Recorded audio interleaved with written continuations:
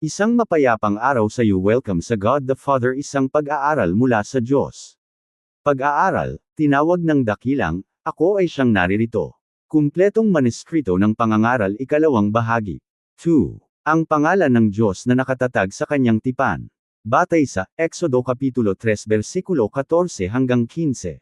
Sinabi pa ng Diyos kay Moises, ito ang sabihin mo sa mga anak ni Israel, ang Panginoon, ang Diyos ng inyong mga ninuno, ang Diyos ni Abraham, ang Diyos ni Isaac, at ang Diyos ni Jacob, ay siyang nagsugo sa inyo. Ito ang magiging pangalan ko magpakailanman, at ito ang itatawag sa akin ng bawat salinlahi. Pagpapatuloy ng mensahe. Mga kapatid, nalaman na natin na ang Diyos ay ang dakilang, ako ay siyang naririto, siya ay walang hanggan, may buhay sa kanyang sarili, at hindi nagbabago. Ngunit hindi lamang dito nagtapos ang pagpapakilala niya. Nais pa ng Diyos na ipaalam kay Moises ang isang bagay na mas malalim at puno ng pagmamahal. Ang Diyos na siyang umiiral magpakailanman ay siya ring Diyos na pumapasok sa tapat at matibay na ugnayan sa kanyang bayan. Hindi siya lamang ang lumikha ng buong sanlibutan, siya ay Diyos na nakakakilala at tumatawag sa atin sa pamamagitan ng pangalan. Naalala niya ang kanyang mga pangako. Tinutupad niya ang kanyang kasunduan.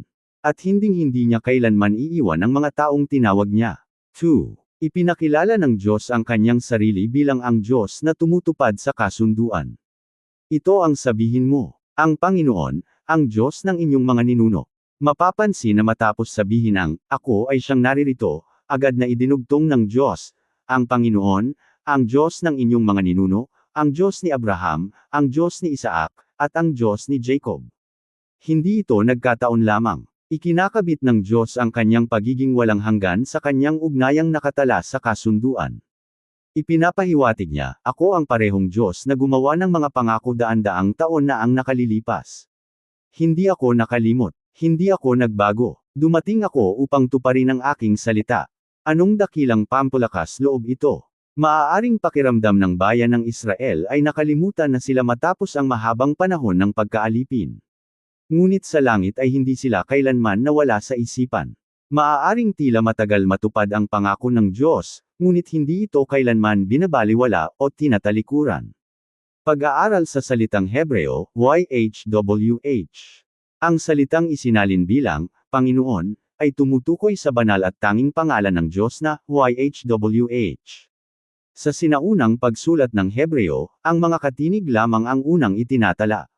Sa paglipas ng panahon, itinuring ng mga Hudyo ang pangalang ito na napakabanal kaya't sa halip na bigkasin ito, ang tawag na lamang nila ay Adonai na ang ibig sabihin ay, Panginoon. Kaya naman sa maraming salin ng Biblia, isinusulat ito ng malalaking titik upang makilala na ito ang tiyak na pangalan ng Diyos na kaugnay ng kanyang kasunduan. Maraming iskolar ang nag-uugnay sa pangalang YHWH sa pandiwang Hebreo na o, umiiral, maging umiiral, nakaugnay rin ang pahayag niya kay Moises na, ako ay siyang naririto. Kaya ang pangalang YHWH ay nagpapahayag na ang Diyos ay ang siya na umiiral magpakailanman. Ang may buhay sa kanyang sarili. Ang tapat na nagtutupad ng kasunduan.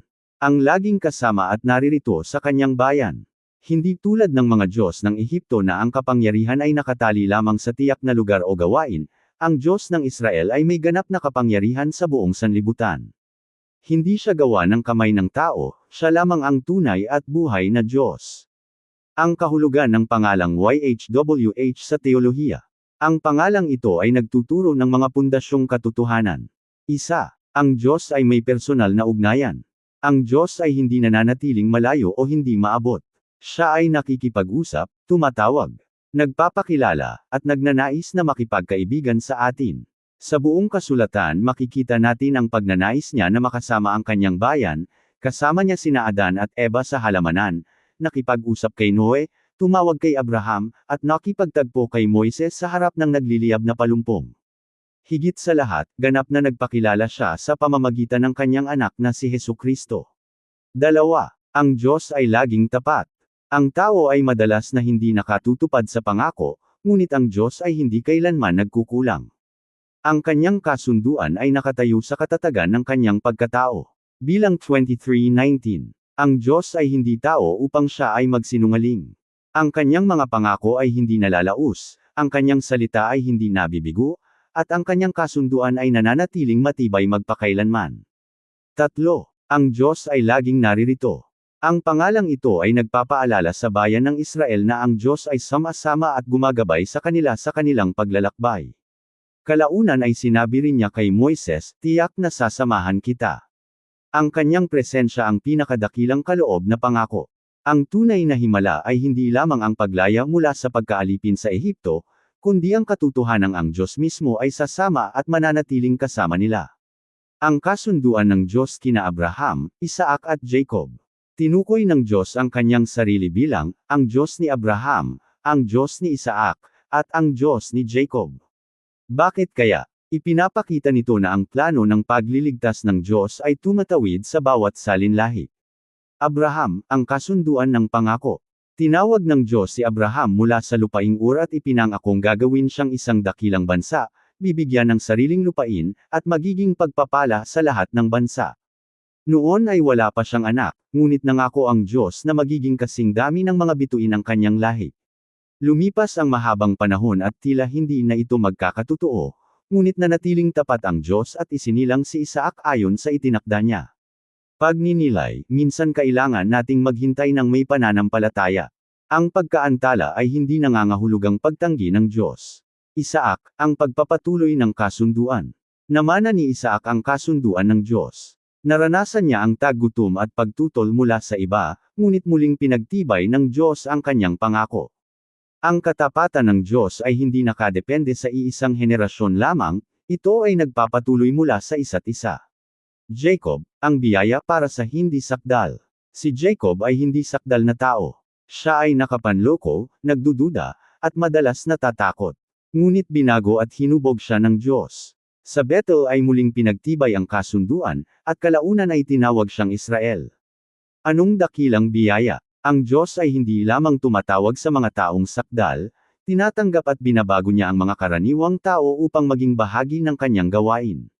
Sandali ng mensahe. Mga kapatid, kung nanatiling tapat ang Diyos kay Abraham, kung nanatiling tapat kay Isaac, kung nanatiling tapat kay Jacob, bakit tayo magdududa sa kanya ngayon?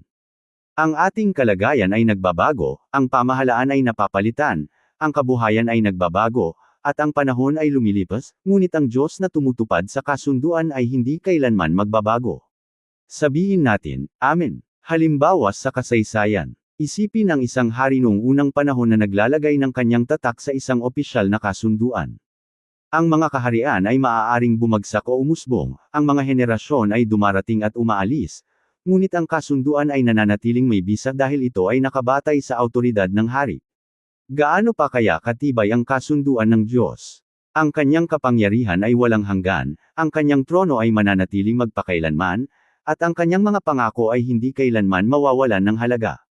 Ang mga pagpapahayag ni Jesus na, "Ako ang", isang dakilang pagtutugma sa kasulatan ang makikita sa Ebanghelyo ni Juan. Madalas gamitin ni Jesus ang mga salitang tumutukoy sa pagpapakilala ng Diyos kay Moises. Ipinapakita nito na si Jesus ay kaisa ng Diyos na nagpakilala sa nagliliyab na palumpong. 1. Ako ang tinapay ng buhay, siya lamang ang nakapupuno sa tunay na pangangailangan ng ating kaluluwa. 2. Ako ang liwanag ng sanlibutan, siya ang nag-aalis ng kadiliman ng kasalanan at naghahayag ng katotohanan. 3. Ako ang pinto, siya ang tanging daan patungo sa kaligtasan at kaligtasan sa kawan ng Diyos. 4. Ako ang mabuting pastol, siya ang gumagabay, nag-iingat, at handang mag-alay ng buhay para sa atin. 5. Ako ang pagkabuhay na maguli at ang buhay, hindi pagkamatay ang huling salita dahil ang tunay na buhay ay nasa Kanya. 6. Ako ang daan, ang katotohanan, at ang buhay, walang ibang makapagdadala sa atin sa Diyos Ama kundi sa pamamagitan niya. 7. Ako ang tunay na puno ng ubas, tayo ay makapagbubunga lamang kung mananatili tayong nakakakonekta sa Kanya. Ang mga pahayag na ito ay hindi lamang mga talinghaga, ipinapakita nito na ang Diyos na nakilala ni Moises ay siya ring nagpakilala sa atin sa pamamagitan ni Hesukristo. Praktikal na aral at gamitin sa buhay. Para sa bawat mananampalataya, magtiwala sa pangako ng Diyos kahit hindi pa natin nakikita ang katuparan nito. Ang paghihintay ay madalas panahon ng paghahanda, hindi pagtalikod sa atin. Para sa pamilya, ikwento sa mga anak at apo ang katapatan ng Diyos. Ang pag-alala sa kanyang mga nagawa ay nagpapatibay sa pananampalataya ng bawat isa. Para sa mga namumuno, ituro sa iba na ang pag-asa ay nasa katangian ng Diyos at hindi lamang sa kakayahan ng tao. Ang matatag na gawain ay nakatayo sa katapatan ng Diyos. Para sa kabataan, ang mundo ay patuloy na nagbabago, ngunit itatag ang iyong buhay sa Diyos na hindi nagbabago at ang kanyang salita ay mananatiling magpakailanman. Pagpapatuloy ng mensahe. Mga kapatid, nakita natin na ang Diyos ay walang hanggan at siya ay tapat sa kanyang kasunduan. Ngunit mayroon pa ring tanong, kung siya nga ang dakilang, ako ay siyang naririto. Kung siya ay tapat at hindi nagbabago, ano ang inaasahan niya mula sa mga tinawag niya? Sa susunod na bahagi ay matutuklasan natin na hindi lamang nagpapakilala ang Diyos, siya rin ay nagpapadala ng kanyang mga lingkod. Tatalakayin naman natin kung paano pinalakas ng Diyos si Moises para sa tila imposibleng misyon, at paano niya patuloy na tinatawag at pinaghahandaan ang kanyang mga lingkod sa ating panahon. Maraming salamat sa pakikinig. Ako si Pastor Jeff Flores, nagsasabing sa Diyos ang lahat ng papuri.